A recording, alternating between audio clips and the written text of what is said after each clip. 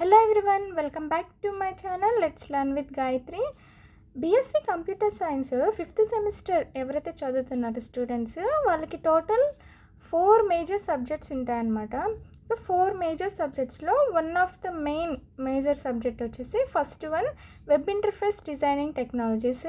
మన ఛానల్లో ఇప్పటి నుంచి వెబ్ ఇంటర్ఫేస్ డిజైనింగ్ టెక్నాలజీస్ ఏదైతే సబ్జెక్ట్ ఉందో మేజర్ సబ్జెక్ట్ని unit wise each and every topic కూడా ఎక్స్ప్లెయిన్ చేస్తూ నేను వీడియోస్ అనేది అప్లోడ్ చేస్తాను. ఆల్రెడీ మన ఛానల్లో మైనర్ సబ్జెక్ట్స్ ఎవరైతే స్టాటిస్టిక్స్గా సెలెక్ట్ చేసుకున్నారో వాళ్ళ కోసం one of the main important subject అయిన అప్లైడ్ స్టాటిస్టిక్స్ని unit wise each and every topic కూడా ఎక్స్ప్లెయిన్ చేస్తూ ఆల్రెడీ వీడియోస్ అనేవి అప్లోడ్ చేశాను. ఎవరైతే ఇంకా స్టాటిస్టిక్స్ చెక్ చేయలేదో వాళ్ళు ఒకసారి మన ఛానల్లో చెక్ చేయండి. ఎవరైతే స్టూడెంట్స్ ఫిఫ్త్ సెమిస్టర్లోకి ఎంటర్ అయ్యారో వాళ్ళు మీకున్న సిలబస్ని ఫాలో అవుతూ నేను సిలబస్ వైజ్ ఎవ్రీ టాపిక్ కూడా ఎక్స్ప్లెయిన్ చేస్తూ మీకు నోట్స్ కూడా ప్రొవైడ్ చేస్తాను. ఏదైతే మీ ముందు నేను వీడియోలో పేపర్ ప్రజెంట్ చేస్తానో సేమ్ అదే విధంగా ఎగ్జాక్ట్గా మీరు ఎగ్జామ్లో కనుక ప్రజెంట్ చేసినట్లయితే డెఫినెట్లీ మీకు అవుట్ ఆఫ్ మార్క్స్ అనేది స్కోర్ చేస్తారు. సో దట్ నేను ఏదైతే వీడియోలో మెన్షన్ చేస్తున్నానో అది ఫాలో అవ్వండి.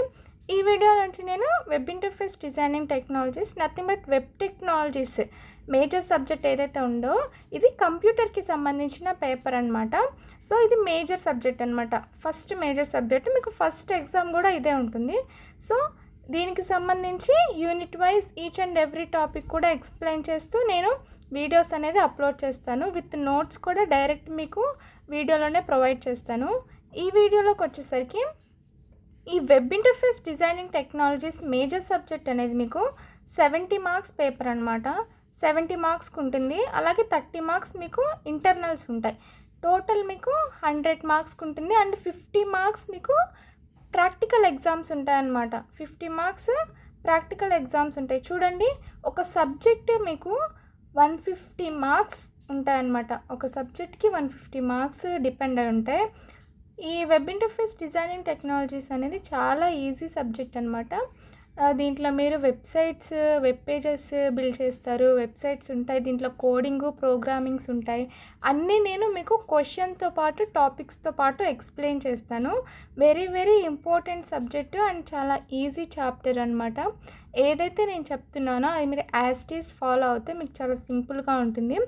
ఈ వీడియోలోకి వచ్చేసరికి ఇంట్రడక్షన్ వెబ్ టెక్నాలజీస్ గురించి ఇంట్రడక్షన్ అనేది ఎక్స్ప్లెయిన్ చేస్తాను.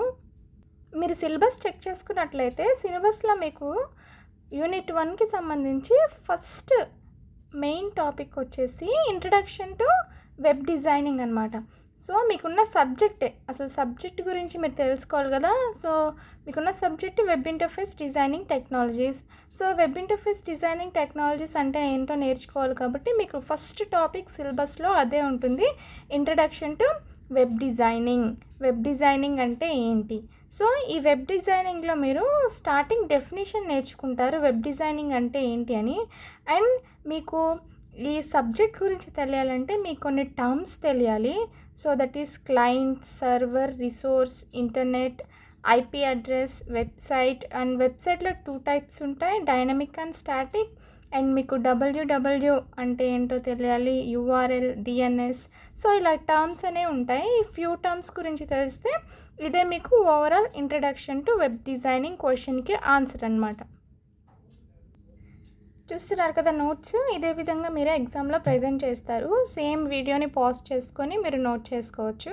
ఇక్కడ చూడండి, subject name web interface designing technologies. Nothing but మనం షార్ట్ కట్లో వెబ్ టెక్నాలజీస్ అని పిలుస్తాం అనమాట సబ్జెక్ట్ని. ఇక్కడ చూడండి, యూనిట్ 1లో మీకు first question introduction to web designing. Web designing అంటే ఏంటి? ఇక్కడ డెఫినేషన్ చూడండి. Web designing is the process of creating and building websites that are visually appealing, user friendly and functional. So మీకు వెబ్ డిజైనింగ్ అంటే ఏంటి? Web designing అంటే మీరు వెబ్సైట్స్ని క్రియేట్ చేయడం, బిల్డ్ చేయడం. వెబ్సైట్స్ అంటే అందరికీ తెలిసే ఉంటుంది. నథింగ్ బట్ మనం గూగుల్లో వెబ్సైట్స్ యూస్ చేస్తాం కదా. మనం సెర్చ్ చేసి గూగుల్లో ఏం సెర్చ్ చేస్తాం? లైక్ ఫ్లిప్కార్ట్, మీషో ఇలా కామర్స్ వెబ్సైట్స్ ఉంటాయి. అలాగే నథింగ్ బట్ ఎడ్యుకేషనల్కి సంబంధించిన W3 స్కూల్స్ అని, మీకు రిజల్ట్స్ చెక్ చేసుకోవడానికి గవర్నమెంట్ పోర్టల్స్ ఉంటాయి. సో ఇవన్నీ మీకు వెబ్సైట్స్ అనమాట. ఇవి టైప్స్ ఆఫ్ వెబ్సైట్స్ మీకు. సో ఆ వెబ్సైట్స్ని మనం ఎలా క్రియేట్ చేస్తాం, ఎలా డిజైన్ చేస్తాం అన్నదే ఈ సబ్జెక్ట్ అనమాట. ఇంకా చూడండి, it involves a combination of technical skills, creativity and attention to detail to produce a website that meets the needs of its users. So ఇక్కడ మీకు ఒక వెబ్సైట్స్ని మీరు బిల్డ్ చేయాలి, ఒక వెబ్సైట్ని క్రియేట్ చేయాలి అంటే మీకు ఏమేమి స్కిల్స్ వచ్చి ఉండాలి? మీకు టెక్నికల్ స్కిల్స్ వచ్చి ఉండాలి. టెక్నికల్ స్కిల్స్ నథింగ్ బట్ మనం ఒక వెబ్సైట్ని క్రియేట్ చేయాలి అంటే మనం కొన్ని ప్రోగ్రామింగ్ లాంగ్వేజెస్ అనేవి నేర్చుకోవాలన్నమాట. వెబ్సైట్ అంటే మీకు ఇంటర్నెట్ ద్వారా మీకు సర్వర్స్లో ఆపరేట్ అవుతూ ఉంటుంది కదా. మరి మీకు సర్వర్స్లో ఆపరేట్ అవుతూ ఉండాలంటే వెబ్సైట్ మీరు కోడింగ్ చేసి ప్రోగ్రామింగ్ చేయాలి కదా. సో ఈ ప్రోగ్రామింగ్ లాంగ్వేజెస్ ఉంటాయి like HTML, CSS, Java script అవి వచ్చి ఉండాలి. అండ్ మీకు డేటాబేస్కి సంబంధించిన డేటాబేస్ కోడింగ్స్, క్వరీస్ వచ్చి ఉండాలి. ఇవన్నీ వస్తేనే మీరు ఒక వెబ్సైట్ని క్రియేట్ చేయగలరు అనమాట. సో అవన్నీ దేని కిందకు వస్తాయి? మీకు టెక్నికల్ స్కిల్స్ కిందకు వస్తాయి. Next creativity.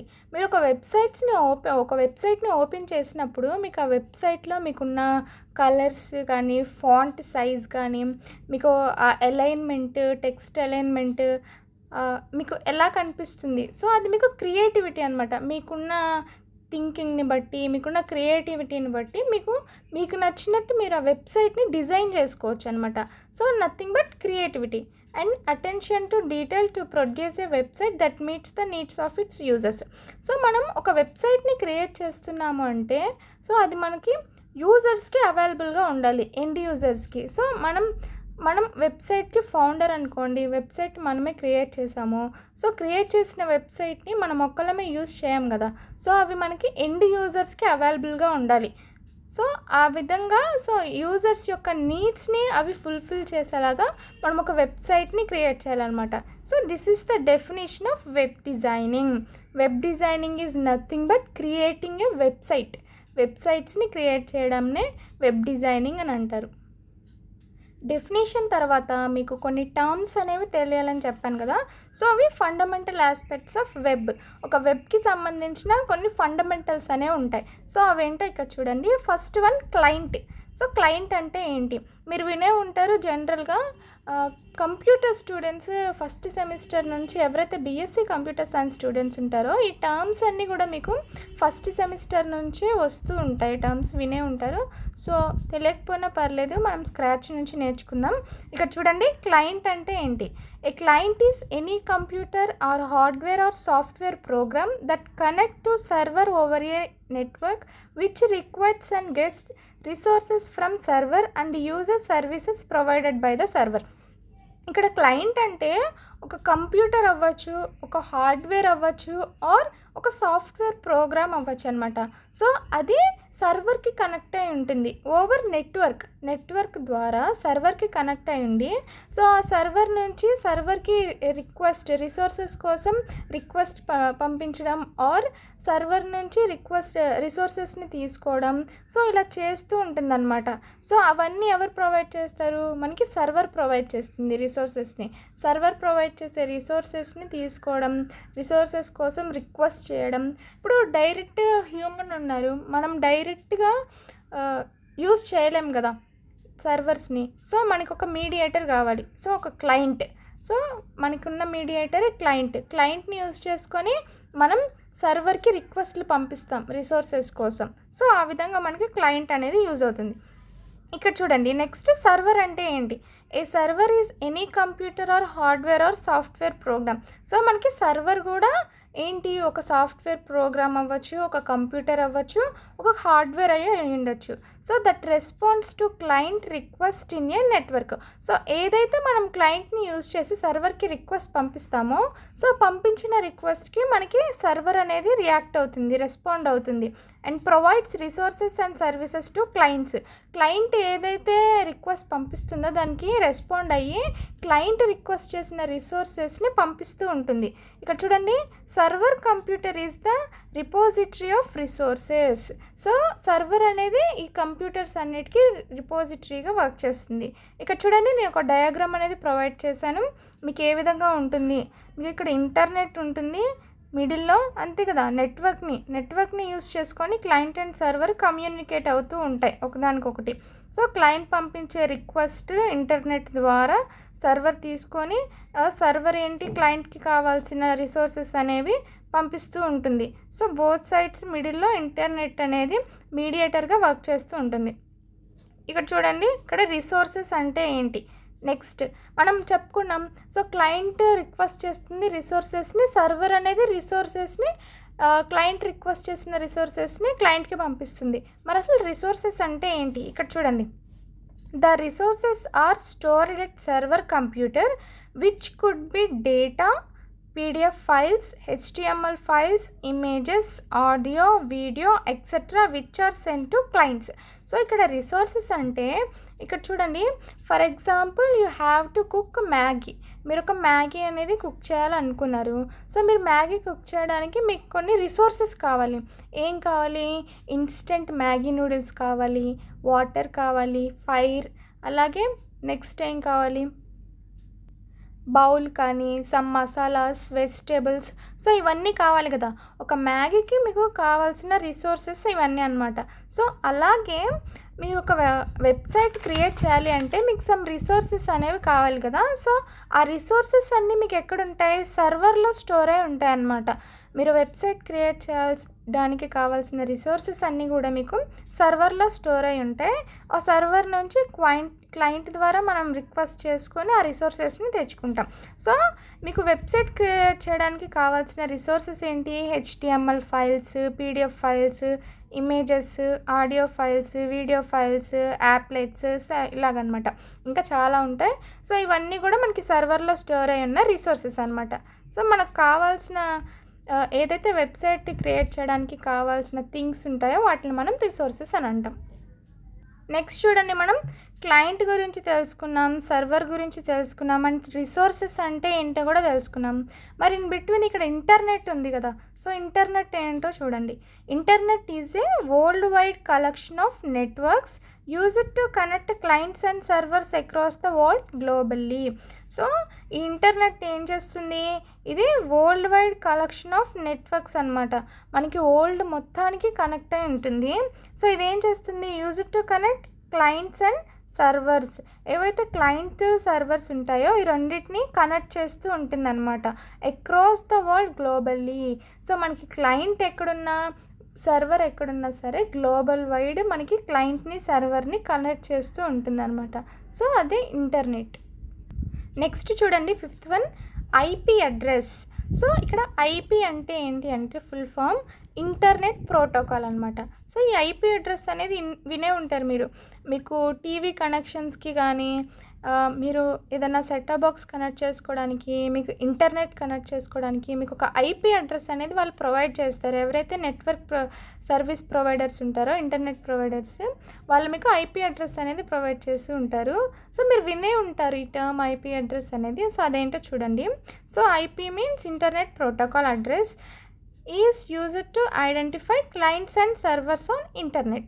సో చూసారా, మీకు ఎవ్రీ టర్మ్కి కూడా మీకు క్లయింట్కి సర్వర్కి రిలేట్ అయ్యే ఉంటుంది. సో ఇక్కడ ఈ IP అడ్రస్ ఎందుకు యూజ్ అవుతుందంటే మనకి క్లయింట్స్ని సర్వర్స్ని ఐడెంటిఫై చేయడానికి ఇంటర్నెట్ ద్వారా ఈ IP అడ్రస్ అనేది యూజ్ అవుతుంది అనమాట. IP address means nothing but ఒక యూనిక్ అడ్రస్ అనమాట. ఇప్పుడు ఫర్ ఎగ్జాంపుల్ మనకి హౌస్ అడ్రస్ ఎలా ఉంటుందో అలాగే మనకి క్లయింట్స్ సర్వర్స్ని ఐడెంటిఫై చేయడానికి కూడా ఒక అడ్రస్ ఉంటుంది. దాన్ని IP అడ్రస్ అని అంటాం.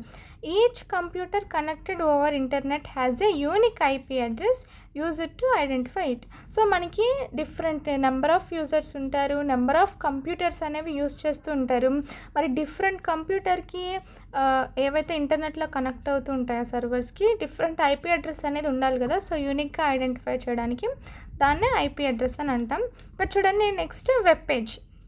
మీకు వెబ్ పేజ్ అంటే ఏంటి, వెబ్సైట్ అంటే తెలుసు మనకి. ఫ్లిప్కార్ట్ అనేది ఒక వెబ్సైట్, అమెజాన్ ఒక వెబ్సైట్, అలాగే మీషో, ఈకామర్స్, ఇవన్నీ ఈకామర్స్ వెబ్సైట్స్ అనమాట. సో వెబ్సైట్ అంటే మీకు తెలిసి మీరు గూగుల్లో సెర్చ్ చేస్తారు, మీకు ఓపెన్ అయ్యేది వెబ్సైట్.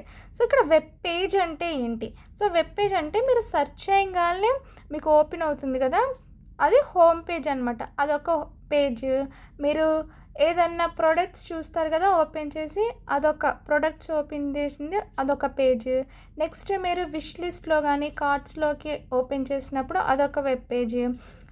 ప్రొఫైల్, యూజర్కి ప్రొఫైల్ ఉంటుంది కదా, ప్రొఫైల్ యూజ్ చేస్తారు కదా, ప్రొఫైల్ క్లిక్ చేయగానే మీకు ఒక పేజ్ ఓపెన్ అవుతుంది కదా డీటెయిల్స్తో, అదొక వెబ్ పేజ్ అనమాట. వెబ్సైట్స్లో మనకి ఏవైతే చేంజ్ అవుతూ ఉంటాయో స్లైడ్స్, ఆ స్లైడ్స్ని మనం ఒక పేజ్ అని పిలుస్తామన్నమాట టర్మ్స్లో. వెబ్ డెవలప్మెంట్లో మనం స్లైడ్స్ ఏవైతే ఉంటాయో వాటిని పేజ్ అని పిలుస్తాం, వాటిని వెబ్ పేజ్ అని అంటాం. ఇక్కడ చూడండి, it is a document usually written in HTML that is displayed to the user by the web browser. So ఈ వెబ్ పేజెస్ని మనం డాక్యుమెంట్గా రాస్తామన్నమాట HTML యూజ్ చేసి. జనరల్గా మనం సి లాంగ్వేజ్ని ప్రోగ్రామింగ్ అని, జావా ప్రోగ్రామింగ్, పైథాన్ ప్రోగ్రామింగ్ అని అంటాం కదా. సో ఇక్కడ మనం HTMLలో రాసే ప్రోగ్రామింగ్ కోడ్ ఉంటుందో ఏదైతే, దాన్ని మనం డాక్యుమెంట్ అని పిలుస్తామన్నమాట. సో HTMLలో మనం రాసే కోడింగ్ని డాక్యుమెంట్ అని అంటాం. సో HTMLలో రాసిన డాక్యుమెంటే మనకి యూజర్కి డిస్ప్లే అవుతుందన్నమాట. సో మనం వెబ్ బ్రౌజర్ ఏదైతే ఉంటుందో, వెబ్ బ్రౌజర్ అంటే నథింగ్ బట్ ఒక గూగుల్, క్రోమ్, ఇవన్నీ కూడా మీకు వెబ్ బ్రౌజర్స్ అనమాట.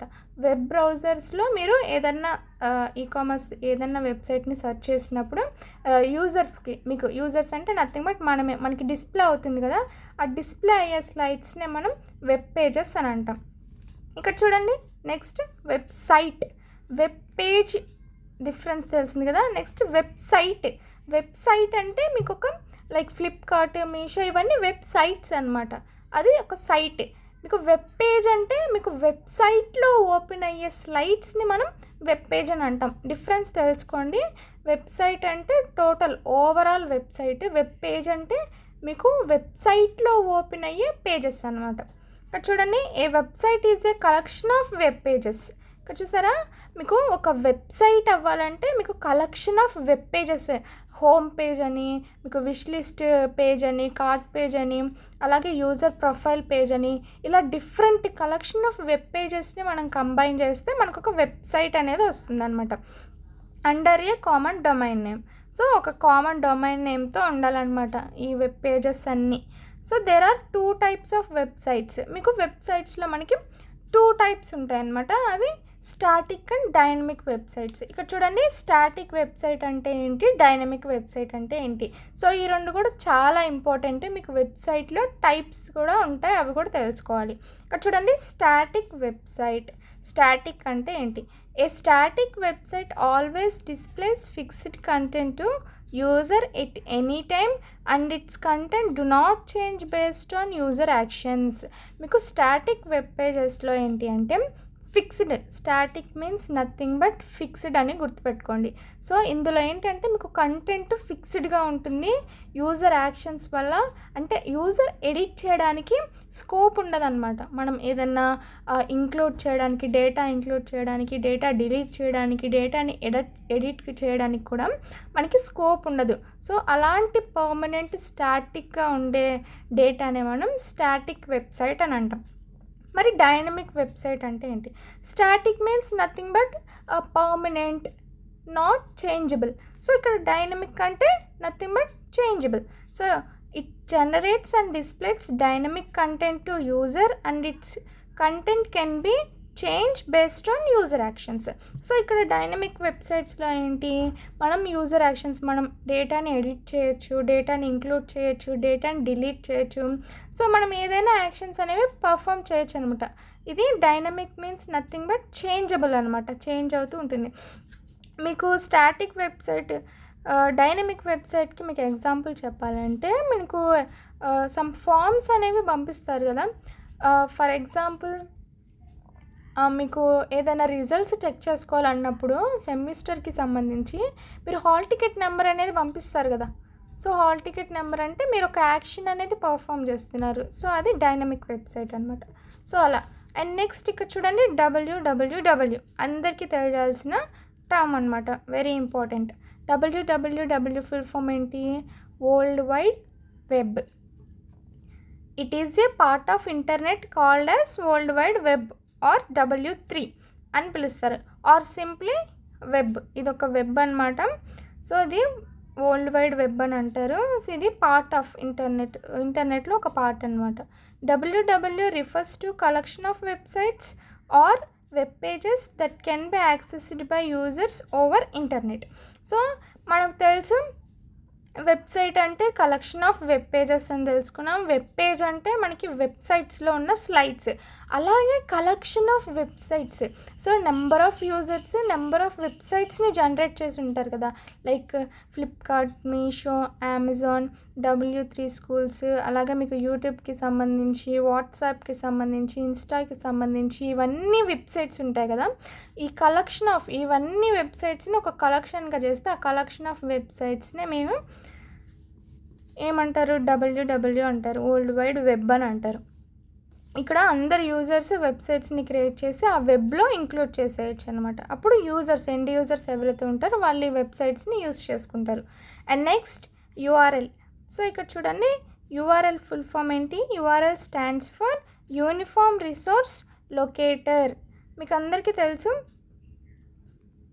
యూట్యూబ్ మీకు URL అనేది ప్రొవైడ్ చేస్తుంది. అలాగే వెబ్సైట్స్ ఎవరైతే క్రియేట్ చేసి ఉంటారో వాళ్ళకి ప్రతి వెబ్సైట్కి కూడా ఒక URL అనేది ఉంటుంది, uniform resource locator. So locator means nothing but మనం ఐడెంటిఫై చేయడానికి ఒక IP అడ్రస్ లానే, similarly which is used to specify address of A resource. మనకి వెబ్ పేజ్, ఫైల్, ఇమేజెస్ ఏవైతే ఉంటాయో వాటి యొక్క అడ్రస్ని లొకేట్ చేయడానికి, స్పెసిఫై చేయడానికి యూజ్ అయ్యేది ఒక URL అనమాట. దాన్ని యూనిఫామ్ రిసోర్స్ లొకేటర్ అని అంటాం. సో మీకు ఒక URL అనేది ఎలా ఉంటుందో చూడండి. సో ఈ ఫార్మాట్లో ఉంటుంది. HTTP, ఇక్కడ చూడండి www, సమ్ నెంబర్ ఉంది. సో ఇక్కడ HTML ఇలా ఉంది కదా. ఇది మీకు URL అనమాట. URL ఫార్మేట్ మీకు ఇలా ఉంటుంది. సో URLలో టోటల్ 4 పార్ట్స్ అనే ఉంటాయి. మీకు HTTP అని స్టార్టింగ్లో ఉంటుంది కదా, దీన్ని ప్రోటోకాల్ అని అంటాము. ఇక్కడ చూడండి www world wide web dot subnet అని ఉంటుంది కదా, ఇక్కడ .com. సో ఇదేంటంటే మీకు డొమైన్ నేమ్ అనమాట, నథింగ్ బట్ వెబ్సైట్ నేమ్. ఇది ఒక వెబ్సైట్ నేమ్. ఇక్కడ మనం ఏమన్నా పెట్టుకోవచ్చు, www.youtube.com, www.whatsapp.com. సో ఇది వెబ్సైట్ నేమ్ అనమాట. Website name nothing but domain name. Domain name is nothing but website name. So ఇక్కడ చూడండి మీకు ఒక నెంబర్ ఉంది. సో ఇది పోర్ట్ నెంబర్ అని అంటారనమాట. పోర్ట్ నెంబర్ మీకు అప్కమింగ్ టాపిక్స్లో మీకు డెప్త్గా వెళ్ళే కొద్దీ మీకు ఇవన్నీ వస్తాయి, protocol, domain name, port number. ఇక్కడ చూడండి index.html. HTML అనేది మీకు ఎక్స్టెన్షన్ అనమాట. మీకు ఫైల్ మీరు సేవ్ చేసినప్పుడు .htmlతో సేవ్ చేస్తారు. సో అది ఎక్స్టెన్షన్ అని అంటారు. నేను అప్కమింగ్ వీడియోస్లో మీకు కోడింగ్ నేర్పించినప్పుడు డెఫినెట్లీ ఇవన్నీ నేర్పిస్తాను. దీన్ని మనం రిసోర్స్ నేమ్ అని అంటాం, nothing but file. HTML file అనమాట ఇది. ఇక్కడ చూసారా. అండ్ నెక్స్ట్ చూడండి DNS, డొమైన్ నేమ్ సిస్టమ్. ఇక్కడ చూసాం కదా మనం, ఇక్కడ ఒక డొమైన్ నేమ్ చూసాము. సో ఇక్కడ డొమైన్ నేమ్ సిస్టమ్ అంటే ఏంటో చూస్తాం. సో ఇక్కడ డొమైన్ నేమ్ అంటే ఏంటో అర్థం కాలేదు కదా మీకు. ఇక్కడ చూడండి DNS stands for domain name system which converts domain names into IP address of the system containing website.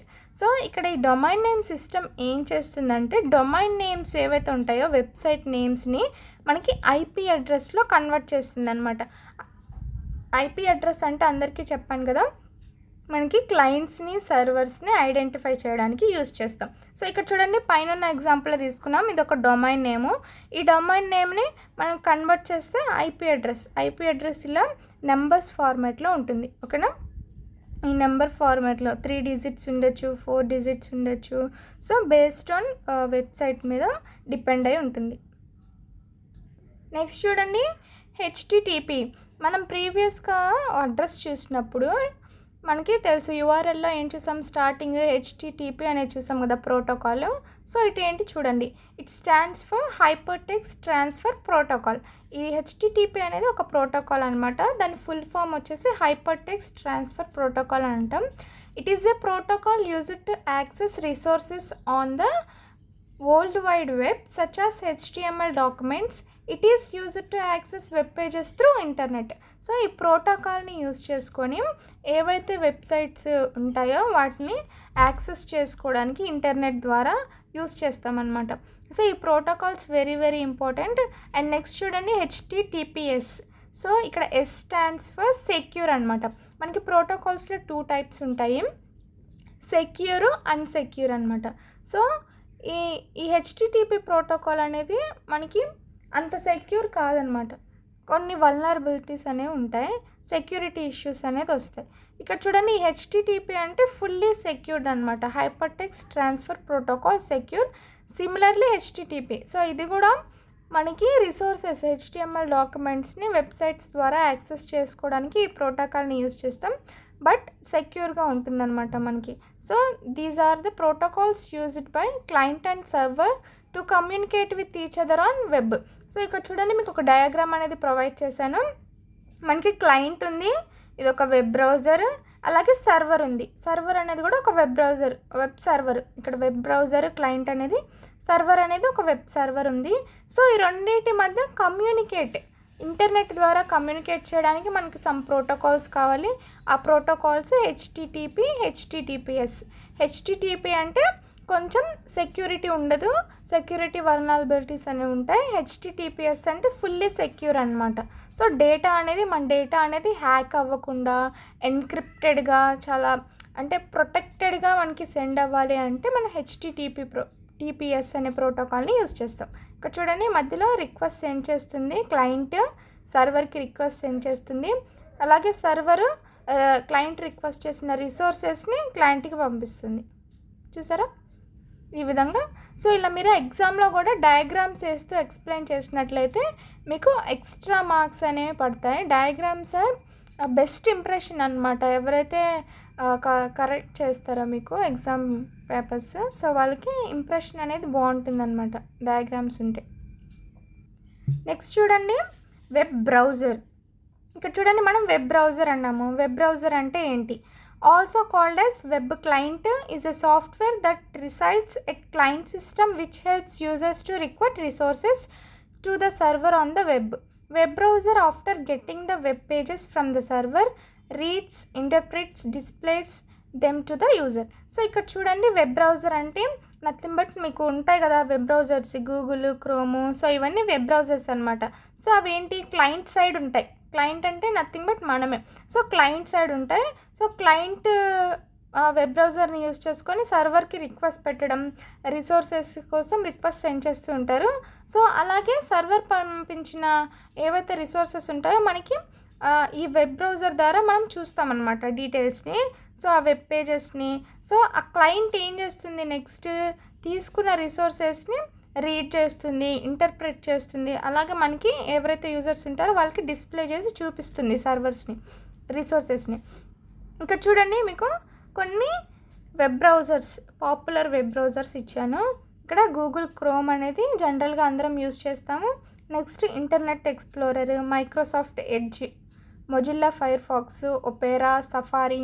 So ఇవన్నీ కూడా different types of popular web browsers అనమాట. నెక్స్ట్ చూడండి వెబ్ సర్వర్. సో ఇక్కడ వెబ్ సర్వర్ అంటే ఏంటి? So ఇక్కడ చూసాం web browser ఉంది, వెబ్ బ్రౌజర్ గురించి తెలుసుకున్నారు. నెక్స్ట్ వెబ్ సర్వర్ ఏంటి? So it is a software that resides ఎట్స్ server time. ఇక్కడ మీకు వెబ్ బ్రౌజర్ అనేది మీకు క్లయింట్ సైడ్ రిసైడ్ అయి ఉంటుంది. ఇక్కడ మీకు వెబ్ సర్వర్ అనేది సర్వర్ సైడ్, సర్వర్ సిస్టమ్స్ దగ్గర ఉంటుంది. It receives request made by web browser. So ఏదైతే వెబ్ బ్రౌజర్ అనేది రిక్వెస్ట్ పంపిస్తుందో సో అవి రిసీవ్ చేసుకుంటుంది. అలాగే finds resources requested by the user and sends it to the web browser on the client machine. So మనకి ఏ definition అయినా మీకు process అనేది system అనేది ఒక్కటే గుర్తుపెట్టుకోండి. మనకి క్లయింట్ ఉంటారు, సర్వర్ ఉంటుంది. క్లయింట్ సైడ్ మీకు వెబ్ బ్రౌజర్ ఉంటుంది, సర్వర్ సైడ్ మీకు వెబ్ సర్వర్ ఉంటుంది. క్లయింట్ ఏం చేస్తుంది, రిక్వెస్ట్ని సెండ్ చేస్తుంది రిసోర్సెస్ కోసం. సో సర్వర్ ఏం చేస్తుంది, క్లయింట్ పంపించిన రిక్వెస్ట్ని యాక్సెప్ట్ చేసి క్లయింట్కి కావాల్సిన రిక్వెస్ట్లు ఏవైతే ఉంటాయో వాటిని సెండ్ చేస్తుంది by using internet. Both communicate అవ్వడానికి ఇంటర్నెట్ అనేది యూజ్ అవుతుంది. సో మధ్యలో ఆ కమ్యూనికేషన్కి మనకి సమ్ ప్రోటోకాల్స్ కావాల్సి వస్తుంది, అవే హెచ్టిటిపి అండ్ హెచ్టిటిపిఎస్ అంతే. ఇక్కడ చూడండి some popular web servers. So servers ఏవైతే ఉంటాయో ఇక్కడ చూసండి, Internet Information Services, Apache, Tomcat, ఇక్కడ చూడండి అబస్, ఇక్కడ యూనికార్న్, ఇక్కడ సమ్ ఎగ్జాంపుల్. సో ఇవన్నీ కూడా మీకు సమ్ పాపులర్ వెబ్ సర్వర్స్ అనమాట, ప్రజెంట్ యూస్ చేస్తున్న పాపులర్ వెబ్ సర్వర్స్ ఇవి. చూసారు కదా, this is the introduction to web technologies. మీకు వెబ్ టెక్నాలజీస్ అనే సబ్జెక్ట్ ఉంది, ఇది మేజర్ పేపర్ అనమాట, మీకు ఫస్ట్ మేజర్ పేపర్. సో దీంట్లో యూనిట్ 1లో first question introduction to web services. ఈ వీడియోలో కనుక మీకు ఏమైనా డౌట్స్ ఉంటే let me know in the comment session. మీకు నా ఎక్స్ప్లెనేషన్ నచ్చినట్లయితే please to subscribe to our channel and మీ ఫ్రెండ్స్కి కూడా షేర్ చేయండి. ఇంకేమైనా డౌట్స్ ఉంటే కామెంట్ సెషన్లో కామెంట్ చేయండి, లైక్ చేయండి, షేర్ చేయండి. Thank you for watching.